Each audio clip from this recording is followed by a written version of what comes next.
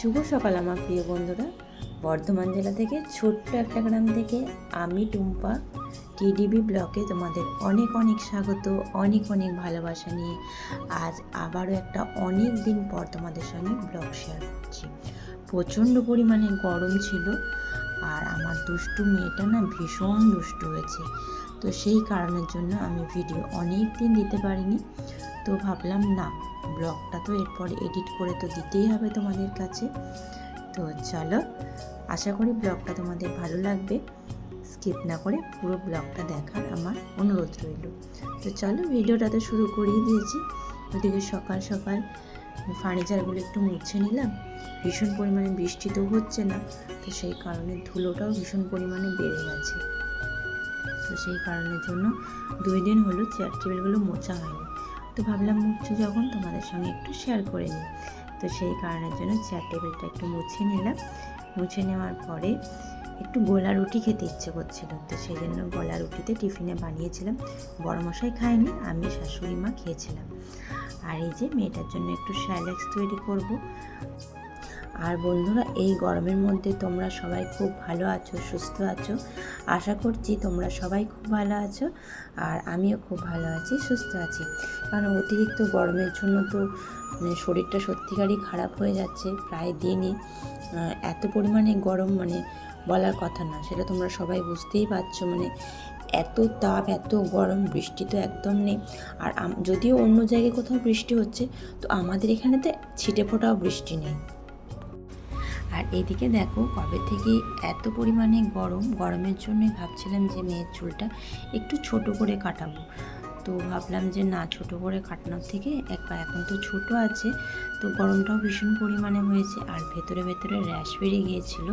তো সেই কারণের জন্য 0 ডিগ্রিতে চুলটা মাথাটা একদম নাড়ু করে দেওয়া হলো। আর নাড়ু করতে যে ভীষণ কান্না করছিল, ভীষণ চিৎকার করছিল।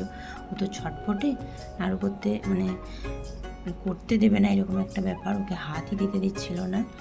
তো যাই হোক, শেষমেশ কিন্তু করা হলো, ধরে একদম টিপে টাপে করা হলো।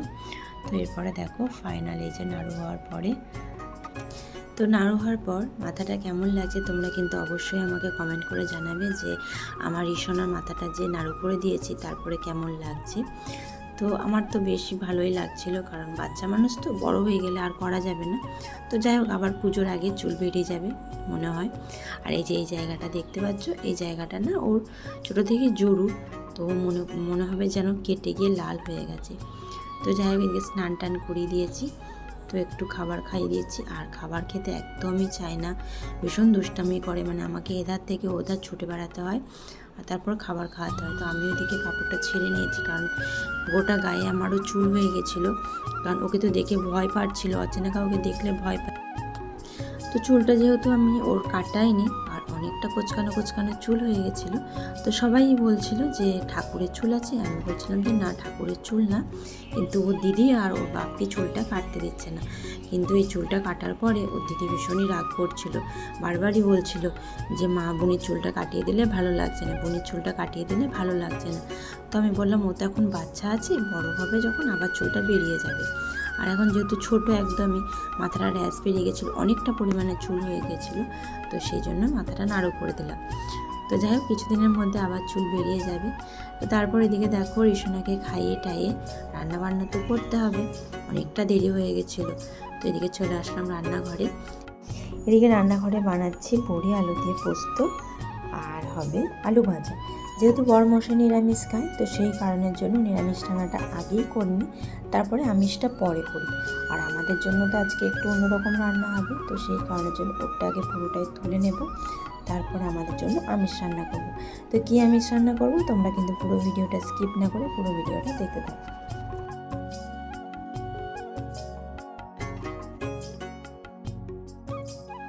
করেছি আমি চিকেন রান্না। তো চিকেন রান্নাটা আমি আর রেসিপিটা তোমাদের সঙ্গে শেয়ার করতে পারিনি, কারণ ভীষণ পরিমাণে গরম করছিল, ভীষণ গরম।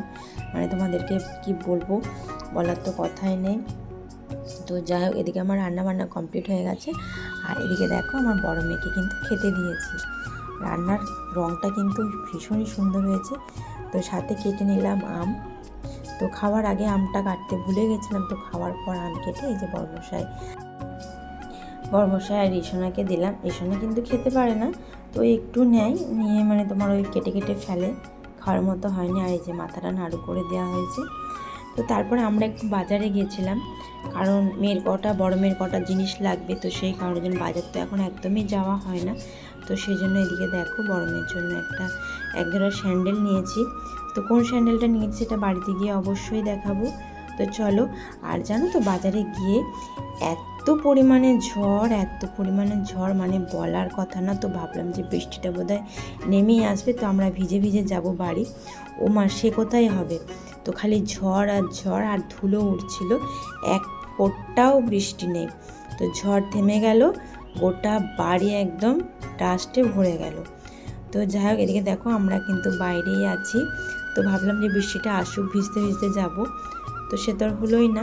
আর এদিকে দেখো দেখো, মানে বুঝতে পারছো কী পরিমাণে ঝড়টা হচ্ছে। মানে কবে থেকেই ভাবছিলাম যে ওর জন্য একজোড়া স্যান্ডেল আনবো। তো বাজার তো যেহেতু যাওয়াই হচ্ছিল না, তো একটু বাজারে কাজও ছিল, তো সেই জন্য কিছু কিছু জিনিস নিয়ে আসলাম। আর আমার আরও কিছু জিনিস লাগতো, কারণ কি ঝড়টা মানে এত পরিমাণে ঝড়টা শুরু করে দিল, তো তাড়াতাড়ি করে চলেই আসতে হলো। আর বিদ্যুৎ চমকা ছিল, তো সেই জন্য তাড়াতাড়ি চলে আসলাম। আর আমার কটা নাইটি নিয়েছি, তো অবশ্যই তোমাদের সঙ্গে শেয়ার করবো। তো চলো দাঁড়াও, ভিডিওটা দেখতে থাকো। আর এদিকে দেখো বড় মেয়ের সাথে সাথে কিন্তু আমারও একজোড়া নিয়ে নিয়েছি, কারণ আমারও লাগতো মানে বাড়িতে পড়া কলপার এপার করতে, সেই কারণের জন্য আমার জন্য একজোড়া নিয়ে নিয়েছি।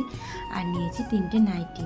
তো দুটো নাইটির প্রিন্ট একদম একই রকমের, শুধু কালারটা আলাদা। একটা ছিল কফি কালার আর একটা ছিল এই যে রেড কালার। তো দুটো কালার যেহেতু আমার ভীষণই ভালো লাগছিলো, তো সেই জন্য নিয়ে নিয়েছি। আর এই যে এই কালারটাও আমার খুব ভালো লাগছিলো। তো অবশ্যই কিন্তু তোমরা কমেন্ট করে জানাবে যে আমার এই ড্রেসগুলো কেমন হয়েছে। আর সঙ্গে নিয়েছি ছোটো মেয়ের জন্য একটা ড্রেস। তো এটা আমার ওর বাপি এনে দিয়েছে, কারণ গরম তো ভীষণ, তো আমি বলেছিলাম যে দড়ি বাঁধা মানে ড্রেস এনে দিতে, তো সেই জন্য বাপি এটা পেয়েছে, ওইটাই এনেছে। তো যাই হোক, কিন্তু কাপড়টা ভালো, গেঞ্জি কাপড়। তো তারপর আমি একদম চলে আসলাম বিকেল দিকে, তো ফেশিয়াল করার জন্য। তো বাড়িতে সব রকমই তো কাজ করতেই হয়, তো এই কাজটাও আমার সাথে সাথে করতে হয়, যেহেতু এই কাজটা আমি শিখেছি। তো তারপরে এদিকে দেখো, তো বিকেলে রান্না করতে হবে, মানে রাতের রান্না। তো সেই জন্য ভাবলাম যে না, বসবো না, একবারে করে নিই। তো এদিকে ফুলকপি আলু গাজরে ভাজা করলাম রুটি খাওয়ার জন্য, আর সাথে করলাম রুটি। তো রুটিটা করতে গিয়ে দেখি আটাটা চালার পরেও, মানে আটাটা চেলে আমি রেখেছিলাম, তো খালি পোকা হয়ে যাচ্ছে। তো যাই হোক, এ কটা আছে, তো শেষ হয়ে গেলে বাঁচি, কারণ ফেলে তো দেওয়া যায় না, জিনিসের দাম কিন্তু ভীষণ দাম। আর এদিকে দেখো রান্নাঘরে এসে ও আমার সাথে রুটি বেলবে, কাজ করবে। তো এই দেখো, এই যে রুটি বেলছে। তো চলো, পুরো ভিডিওটা কেমন লাগলো অবশ্যই কিন্তু কমেন্ট করে জানাবে। তো ভিডিওটা এই পর্যন্তই রাখছি, দেখা হচ্ছে খুব শিগগিরই আবার নেক্সট অন্য কোনো ভিডিওতে।